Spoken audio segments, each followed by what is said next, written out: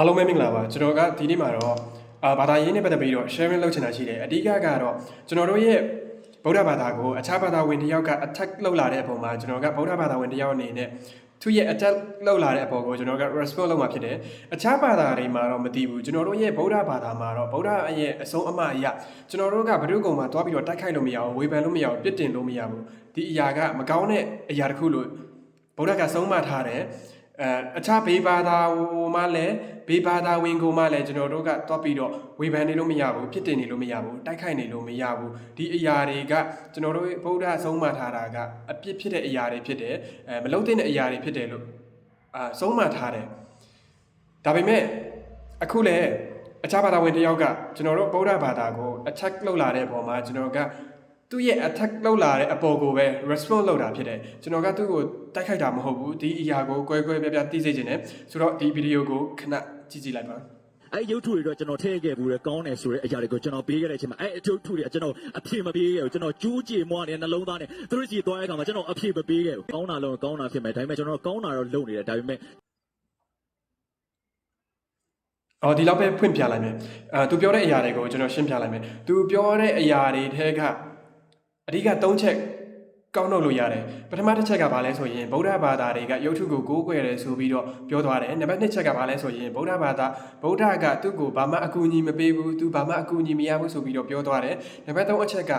ဗုဒ္ဓဘာသာကမကူညီဘူးယေရှုကကူညီတယ်ဆိုတဲ့အရာကိုသူကနှိုင်းယှဉ်ပြီးတော့ပြောသွားတာဖြစ်တယ်ဆိုတော့ကျွန်တော်ကအဲ့ဒီအသုံးချက်ကိုတစ်ချက်ချင်းပြန်ပြီးတော့ response လုပ်ပေးသွားမှာဖြစ်တယ်သူနံပါတ်1တခုပြောသွားတဲ့ဗုဒ္ဓဘာသာကရုပ်ထုတွေကိုကိုးကွယ်တယ်ဆိုတဲ့အကြောင်းအရာကိုကျွန်တော်ပထမဆုံးပြောမယ်ဒီလိုမျိုးဗုဒ္ဓဘာသာဝင်တွေက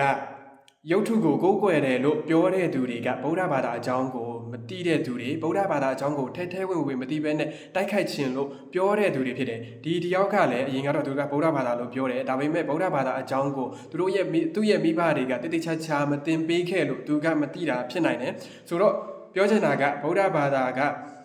ရုပ်ထုတွေကိုကိုးကွယ်နေတာမဟုတ်ဘူးအုပ်ပုံတွေကိုကိုးကွယ်နေတာမဟုတ်ဘူးအချို့ဇေဒီပထိုးတွေရုပ်ပွားတော်တွေထဲမှာကဗုဒ္ဓမြတ်စွာဘုရားရဲ့ဓာတ်တော်မွေတော်တွေရှိတယ်သူရဲ့စံတော်တွေရှိတယ်သူရဲ့ဓာတ်တော်မွေတော်တွေရှိတယ်ကျွန်တော်တို့ကအဲ့ဒီအရာတွေကိုရည်မှန်းပြီးတော့ရှင်းခိုးတာဖြစ်တယ်ကြောတာဖြစ်တယ်အယုအသေးပေးတာဖြစ်တယ်နောက်တစ်ခုကကျွန်တော်တို့ကဒီလိုမျိုးရုပ်ပွားတော်တွေကိုးကွယ်တယ်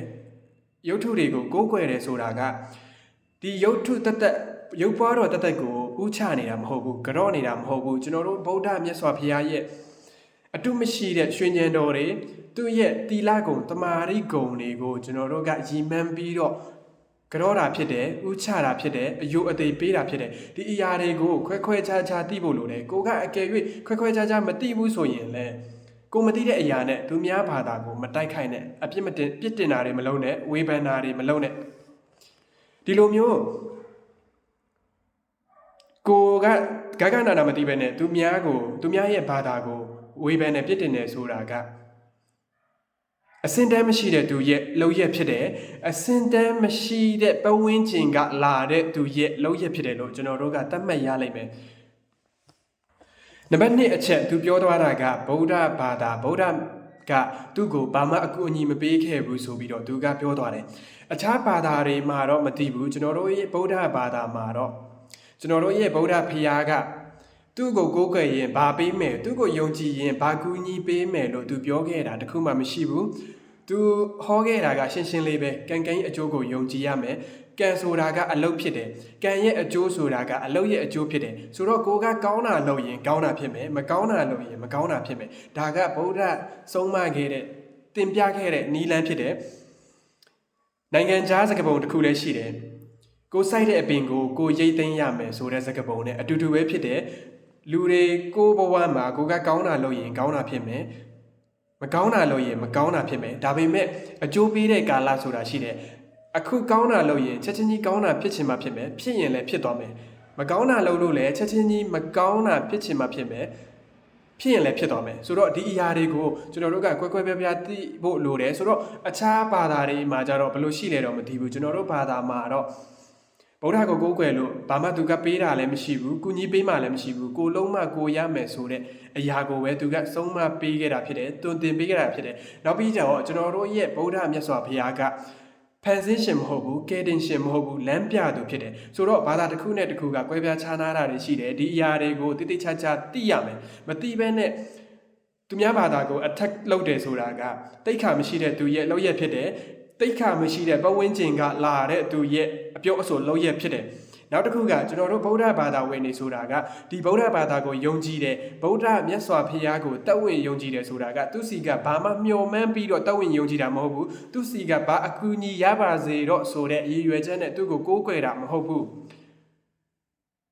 သူရဲ့အတုမရှိတဲ့ဉာဏ်နဲ့အတုမရှိတဲ့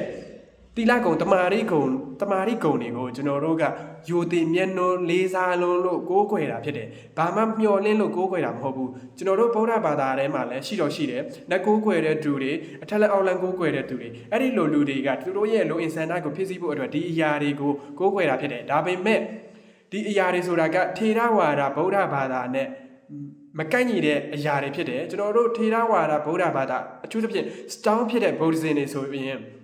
Buddhist တွေဆိုရင်ဒီအရာတွေကိုကျွန်တော်တို့ကလက်လည်းမခံဘူးယုံလည်းမယုံကြည်ဘူးလုံလည်းမလုံဘူးဆိုတော့ဒီအရာတွေကိုကွဲကွဲပြားပြားသိရမယ်နောက်တစ်ခုနံပါတ်3ချက်သူပြောတဲ့အရာကဗုဒ္ဓဘာသာနဲ့ခရစ်ယာန်ဘာသာကိုသူကနှိုင်းယှဉ်ပြီးတော့ပြောတော်တာဖြစ်တယ်ဗုဒ္ဓဘာသာကကျတော့သူ့ကိုမကူညီဘူးခရစ်ယာန်ဘာသာကကျတော့သူ့ကိုကူညီတယ်ဆိုပြီးတော့သူကအဲ့လိုမျိုးနှိုင်းယှဉ်ပြီးတော့ပြောတော်တာဖြစ်တယ်အဲ့လိုမျိုးစကားအဲ့လိုမျိုးလုံးရက်ကဘာသာနှစ်ခုကိုရန်တိုက်နေတာနဲ့အတူတူပဲဘာသာနှစ်ခုကိုအငင်းပွားအောင်ပြဿနာဖန်တီးနေတာနဲ့အတူတူပဲဖြစ်တယ်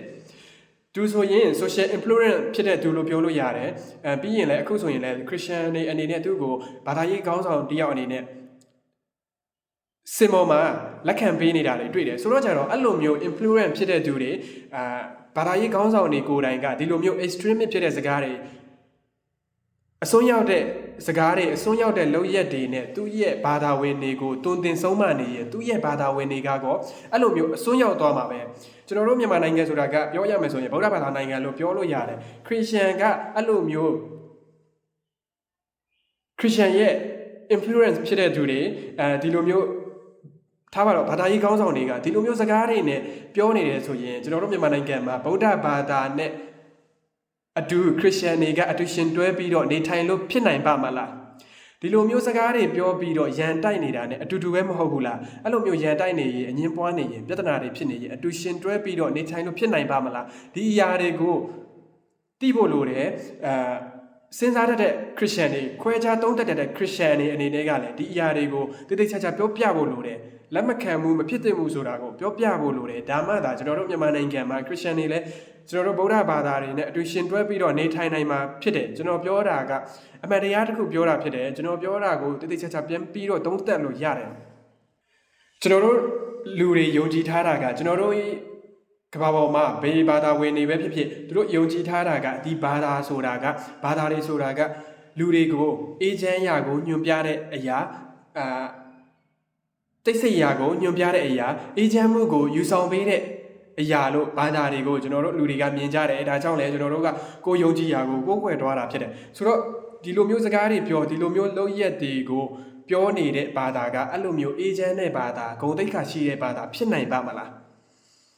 ဒါကြောင့်မလို့ကိုယ့်ရဲ့လုပ်ရက်ကြောင့်ကိုယ့်ဘာသာရဲ့ဂုဏ်သိက္ခာကျသွားတာတွေဖြစ်နိုင်တယ်ကိုယ်တိုင်ကကိုယ့်ရဲ့ဘာသာရဲ့ဂုဏ်သိက္ခာကိုချနင်းနေတာတွေဖြစ်နိုင်တဲ့အတွက်ကိုယ့်ရဲ့စကားကိုယ့်ရဲ့လုပ်ရက်တွေကိုဆင်ခြင်ဖို့လိုတယ်သုံးသပ်ဖို့လိုတယ်နောက်တစ်ခုကကျွန်တော်တို့ဘာသာမှာကျွန်တော်တို့ရဲ့ကဘာမှာအခုဖြစ်နေတဲ့ဘာသာတရားတွေနဲ့ပတ်သက်ပြီးတော့အချို့ဘာသာတွေကကြတော့လေဘေးအချိန်ဘေးကာလမှာသူတို့ရဲ့ကဘာပေါ်မှာရှိတဲ့လူတိုင်းကသူတို့ဘာသာဝင်တွေဖြစ်ရမယ်ဆိုတဲ့အတွေးတွေနောက်တစ်ခုကကြတော့အချိန်ခါမသိနေရာဒေသမသိသူတို့ရဲ့ဘာသာသူတို့ရဲ့ဖျားကသာအကောင်းဆုံးဖြစ်တယ်သူတို့ရဲ့ဘာသာသူတို့ရဲ့ဖျားကိုပဲယုံကြည်ကြပါစတဲ့အချိန်ခါမဟုတ်နေရာဒေသမဟုတ်ဖက်နဲ့မဲလိုက်ဆွဲတယ်စီယုံနေတယ်အတင်းအဓမ္မတွေကိုယ့်ရဲ့ဘာသာကိုဟင်းရွက်ကစုံရောင်းတယ်လို့မျိုးအတင်းနေထိုးထည့်ပေးနေတဲ့အတွေးတွေဒီလိုအတွေးတွေကကိုယ့်ရဲ့ဘာသာကိုကိုယ်တိုင်ပြန်ပြီးတော့ချနေနေတယ်တိတ်ခချနေတာနဲ့အတူတူပဲဖြစ်တယ်ဆိုတော့ဒီလိုအ တွေးတွေရှိတဲ့ဘာသာဝင်တွေရှိတဲ့ဒီဘာသာကောတကယ်စစ်မှန်တဲ့ဘာသာဖြစ်နိုင်ပါမလားတကယ်စစ်မှန်တဲ့ဘာသာဖြစ်နိုင်မှာမလားကဘာကြီးကိုအေဂျင့်နဲ့ဘာသာဖြစ်နိုင်မှာမလားကျွန်တော်တို့ရှေ့မှာဖြစ်ခဲ့တဲ့ဘာသာရေးစစ်ပွဲတွေဆိုတာကဘလောက်ကြောက်စရာကောင်းလဲဆိုတာအားလုံးသိကြနိုင်မယ်ဆိုတော့အဲ့ဒီဟာတွေကိုသင်ခန်းစာယူပြီးတော့ကျွန်တော်တို့ကဘာသာတရားတွေဆိုတာကကိုယ့်ရဲ့ဘာသာဝင်တွေကိုအေဂျင့်ရာကိုညွှန်ပြတဲ့အရာဖြစ်အောင်ကိုယ့်ရဲ့ဘာသာကိုလူတွေကအဲ့လိုမျိုးထင်အောင်ပြောပြပေးရမှာဖြစ်တယ်တလွဲတွေဒီလိုမျိုးအစွန်းရောက်တဲ့စကားတွေပြောတယ်အစွန်းရောက်တဲ့လုပ်ရက်တွေလုပ်တယ်ဆိုတာကကိုယ်ဘာသာဝင်အချင်းချင်းကောတခြားဘာသာဝင်နေနဲ့ကောအေဂျင့်ဆိုတာအတူတကွအနေထိုင်နိုင်မှမလားဆိုတာကိုသုံးသပ်ဖို့လိုတယ်ကျေးဇူးပါ